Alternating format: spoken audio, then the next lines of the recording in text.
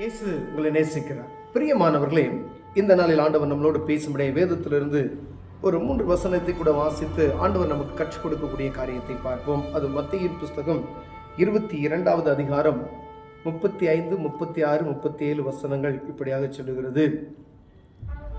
அவர்களில் நியாயசாஸ்திரி ஒருவன் அவரை சோதிக்கும்படி, போதகரே, நியாயப்பிரமாணத்திலே எந்த கற்பனை பிரதான கற்பனை என்று கேட்டார். இயேசு அவனை நோக்கி, உன் தேவனாகிய கர்த்தரிடத்தில் உன் முழு இருதயத்தோடும் உன் முழு ஆத்துமாவோடும் உன் முழு மனதோடும் அன்பு கூர்வாயாக. இது முதலாம் பிரதான கற்பனை. இதற்கு ஒப்பாய் இருக்கிற இரண்டாம் கற்பனை என்னவென்றால், உன்னிடத்தில் நீ அன்பு கூறுவது போல பிறனிடத்திலும் அன்பு கூறுவாயாக என்பதே. இவ்விரண்டு கற்பனைகளிலும் நியாயப்பிரமாணமும் முழுமையும் தீர்க்க தரிசனங்களும் அடங்கியிருக்கிறது என்றார். பிரதான கற்பனை, உன் தேவனாகிய கர்த்தரை முழு மனதோடும் முழு பலத்தோடும் முழு மனசோடும் ஒரு குறையில்லாதபடி அவரை ஆராதி. இதுதான் முதலாம் கற்பனை. இதற்கு ஒப்பாயிருக்கிற இன்னொரு கற்பனை, அதாவது சோதிக்கும்படியாக தான் அங்கே கேட்குறான். அது அவரை நியாயசாஸ்திரி ஒரு சோதிக்கும்படியாக இந்த கேள்வியை கேட்குறான். ஏன்னா மோசே எழுதி வைத்த நியாயப்பிரமாணம் இருக்கு, இயேசு கிறிஸ்து சொல்லக்கூடிய போதனைகளும் இருக்கிறது.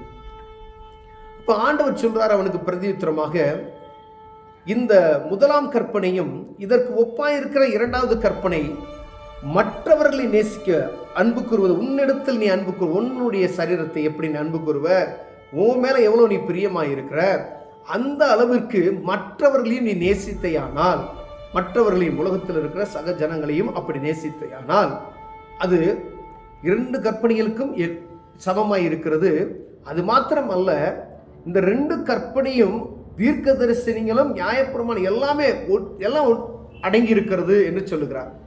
10 கற்பனைகளை நாம் சொல்லுகிறோம். அப்போ ஆண்டவர் சொல்றார், ஃபர்ஸ்ட் பிரதான கற்பனை, தேவனாகிய கர்த்தரை முழு இருதயத்தோடும் முழு பலத்தோடும் சுத்த இருதயத்தோடு அவரை ஆராதிக்க நீ கத்துக்க. அதே போல மற்றவர்களை நேசிக்கிறதுல உன்னை எப்படி நீ நேசிக்கிறியோ அதே போல மற்றவர்களை நீ நேசிக்கும்படியாய் ஆண்டவர் சொல்லுகிறார். பிரியமானவர்களே, எத்தனை பேர் அந்த காரியத்தில் நம்ம உண்மையுள்ளவர்களாக இருக்கிறோம் என்பதை பார்க்கும்படி ஆண்டவர் உங்களோடு என்னோடு பேசுகிறதை நாம் அறிந்திருக்கிறோம். எத்தனை பேர் நம்மை நேசிக்கிறது போல பிறரை நேசிக்கிறோம் என்பதை பார்க்கும்படி ஆண்டவர் பேசுகிறார். மற்றவர்களை எனக்குள்ள இருக்கிற அன்பு, என் சரீரத்தை நான் எப்படி நேசிக்கிறேனோ அதே போல சக மனிதர்கள் நேசிக்க முடியுமா? எந்த அளவிற்கு இந்த காரியத்தை இது நமக்கு இது சாத்தியமாகும்? ஆண்டவர் சொல்றார், உன்னை நேசிக்கிறது போல உன்னை அன்பு கூறுவது போல பிறனிடத்திலும் நீ அன்பு கூறுவியானால், அந்த ரெண்டு கற்பனை ஆண்டவர் எப்படி நேசிக்கிறியோ அதே போல இந்த ரெண்டு சமமான ஒரு கற்பனை. ரெண்டாவது தீர்க்க தரிசனங்களும் நியாயப்பிரமாணம் எல்லாமே உள்ள அடங்கி இருக்கிறது. இது கடைசி காலம். அன்பு தணிந்து போய்விட்டது. அன்பு தணிந்து போய்விட்டது. யாரையும் நேசிக்கிறது முடியல. உறவினர்களுக்குள்ள சமாதானம் கிடையாது, சகோதரர்களுக்குள்ள சமாதானம் கிடையாது, கணவன் மனைவிக்குள்ள சமாதானம் கிடையாது, பிள்ளைகள் பெற்றோர்களுக்குள்ள சமாதானம் கிடையாது, மாமியார் மருமகனுக்குள்ள சமாதானம் கிடையாது. உள்ள எல்லாருக்குள்ளேயும் நேரடியாக பேசும் பொழுது எல்லாம் என்ன செய்வாங்க, சந்தோஷமா பேசுவாங்க.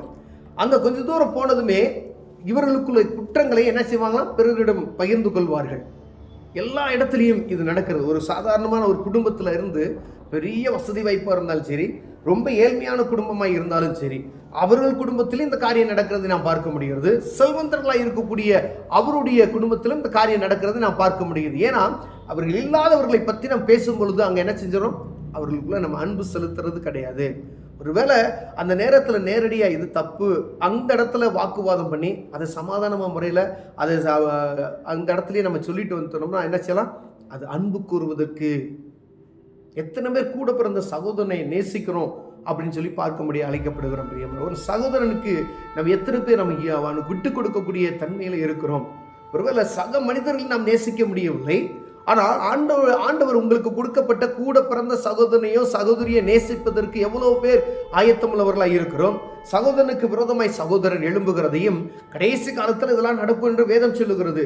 பிள்ளைகளுக்கு விரோதமாய் பெற்றோர், பெற்றோருக்கு விரோதமாய் பிள்ளைகள் எழும்புவார்கள், அவர்கள் கொலை செய்தும் போடுவார்கள் என்று வேதத்தில் எழுதப்பட்டு இருக்கிறது. ஆனால் ஆண்டவர் இந்த இடத்துல ஒரு காரியத்தை சொல்லுகிறார். நீ இப்படிப்பட்டதான அன்பு நீ கூறும் பொழுது, உன்னை நீ எப்படி நேசிக்கிறியோ அதே போல மற்றவனை நேசிக்கும் பொழுது அது கற்பனையில் பிரதான கற்பனைக்கு ஈக்குவலான கற்பனை, வேற ஒன்றுமே நீ தேவையில்லை அப்படின்றாரு. எவ்வளோ ஒரு இது பாருங்களேன்.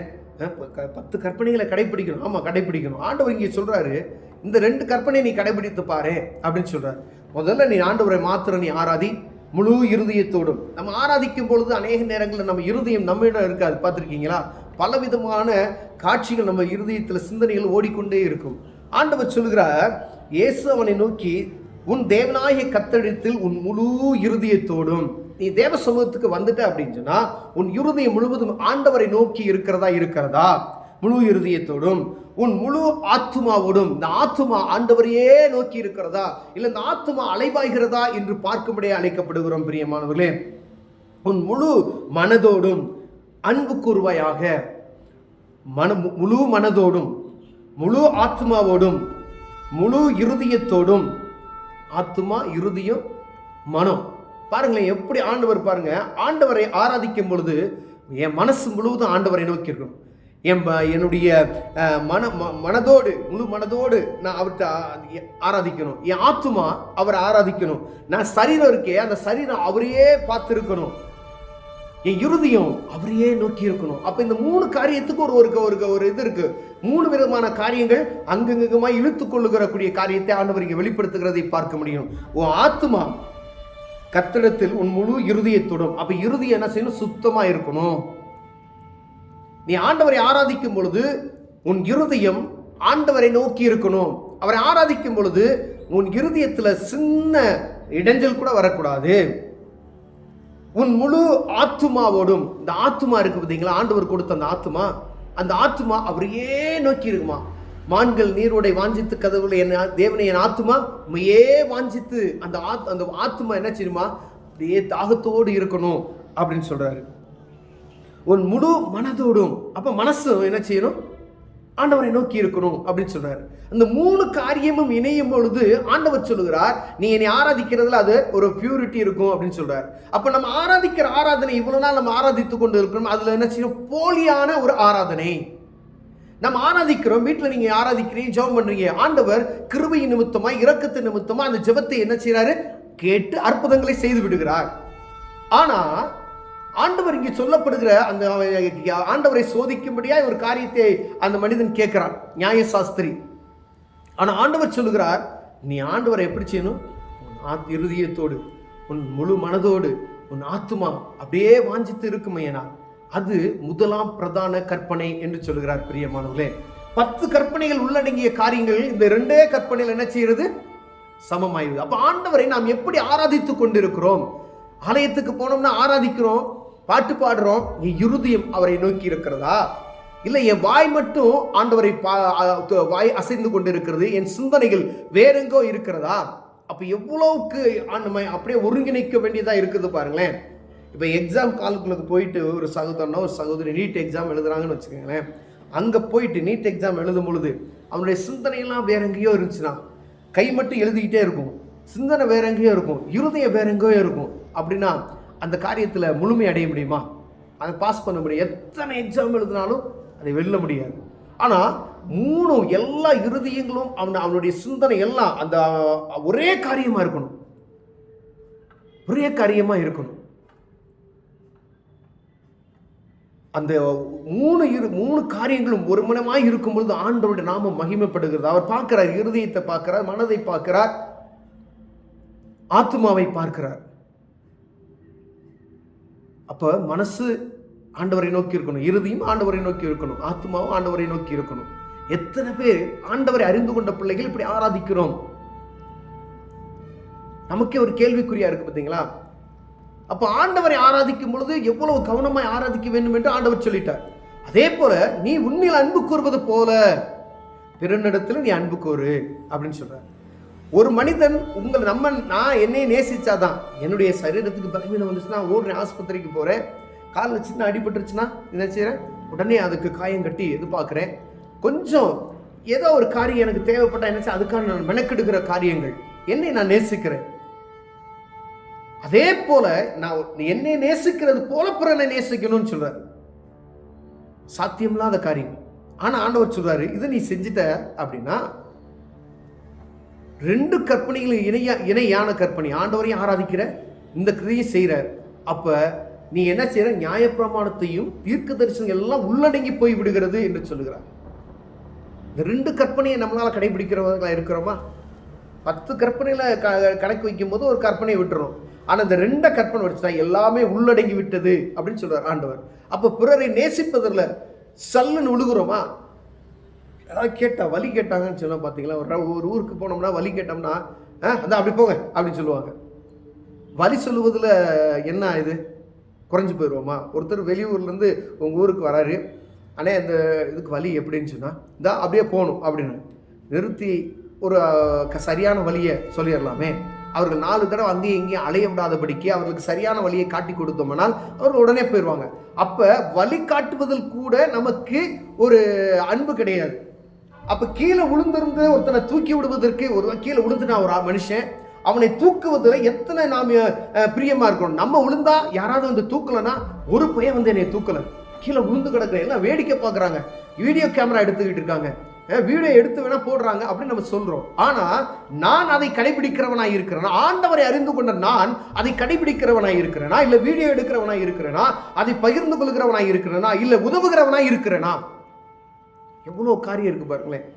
அப்ப அன்பு, எனக்குள்ள இருக்கிற அன்பு, நான் கீழே வந்தா யாராவது தூக்கணும்னு நினைக்கும் பொழுது அதே போலதான் மற்றவங்க நினைப்பாங்க. அப்ப நான் அதை செய்யும் பொழுது மற்றவர்களும் அதை செய்வதற்கு என்ன செய்யும்? நம்மளை பார்த்து அவர்களும் கற்றுக்கொள்வதற்கு அது அருமையாக இருக்கும். அப்ப இந்த 2 கற்பனைகளுமே தீர்க்கதரிசிகளும் நியாயப்பிரமாணம் உள்ளடக்கிறது அப்படின்னு சொல்லி ஆண்டவர் முடிச்சிடுறார். இதை நீ செய், இதுதான் பிரதான கற்பனை அப்படின்னு சொல்றார். எத்தனை பேர் இதை நம்ம கடைபிடிக்கிறோம்? எளிமையான காரியம் போல நம் தோன்றுகிறது. ஆனால் இதை கடைபிடிப்பதற்கு தேவ பலன் வேணும். நீங்க ஆண்டவர்கிட்ட ஆராதிக்கும் பொழுது அவரை முழு மனதோடு, முழு இதயத்தோடு, அவர் முழு ஆத்மாவோடு நம்ம ஆராதிக்கிறதுக்கு கற்றுக்கொள்ளணும் ஃபர்ஸ்ட். 2வது, என்னை நான் எப்படி நேசிக்கிறேனோ, உங்களை நேசிக்கிற அளவு மற்றவங்களை நேசிங்க. ஒருவேளை உங்களையே நீங்க நேசிக்கல அப்படின்னா அநேகர் என்ன செய்யறோம், நம்மளே நம்ம நேசிக்கிறது கிடையாது. அவங்க உங்க சரீரத்தை என்ன செய்யறாங்க, தீட்டுப்படுத்திடுறாங்க. அவங்க சரீரத்தை கவனிக்க கிடையாது. அவங்க சரீரத்தின் மீது ஒரு அக்கறை இல்லாதபடி இருப்பாங்க, வேலை வேலைன்ட்டு ஓடுவாங்க. ஆனா ஆண்டவர் சொல்கிறார், இந்த சரீரம் நான் தங்குகிற ஆலயம், நீங்களே அந்த ஆலயம் என்று சொல்லுகிறார். அப்ப ஆண்டவர் தங்குகிற அந்த ஆலயம், ஒவ்வொரு தனிப்பட்ட மனிதனும் ஆலயம். அப்ப ஆண்டவர் தங்குறது இருதயமாகிய ஆலயத்தை எப்படி நம்ம கனப்படுத்துகிறோம்? அதுக்கு ஆண்டவர் தங்குகிற இடத்தை எப்படி, ஒரு சர்ச்சை, ஒரு கோயிலை எப்படி பரிசுத்தமாக்கி வச்சிருக்கிறோமோ, நான் இருதயம் சுத்தமா இருக்கிறதா? அப்ப என்ன நான் நேசிக்கணும்? என்ன நான் நேசிச்சாதான் மற்றவங்களை என்ன செய்ய முடியும், நேசிக்க முடியும். அநேகர் நம்மையே நேசிக்காதபடி இருக்கிறோம் பார்த்தீங்களா? அப்ப ஆண்டவர் துக்கப்படுகிறவராய் இருக்கிறார். ஒருவேளை இதுல குறைச்சல் உள்ளவர்களாய் நாம் காணப்பட்டோமே, ஏன்னா ஆண்டவர் சமூகத்தில் போய் ஆண்டவரே ஒரு விஷயம் மன்னிங்கன்னு சொல்லி கேட்பீங்களா? இந்த 2 கற்பனைகளையும் கடைபிடிப்பதற்கு ஆண்டவர் நமக்கு உதவி செய்வார். கண்களை விடுவோம், செவிப்போம். அன்பின் தகப்பனே, இந்த பிரதான கற்பனை என்று சொல்லப்படுகிற அந்த காரியத்தில் நாங்கள் கற்றுக்கொள்வதற்கு இவ்வளவு காரியம் இருக்குது ஆண்டவரே. இதை கடைபிடிக்க எங்களுக்கு உதவி செய்ய இயேசுவின் நாமத்தில் பிதாவே, ஆமென்.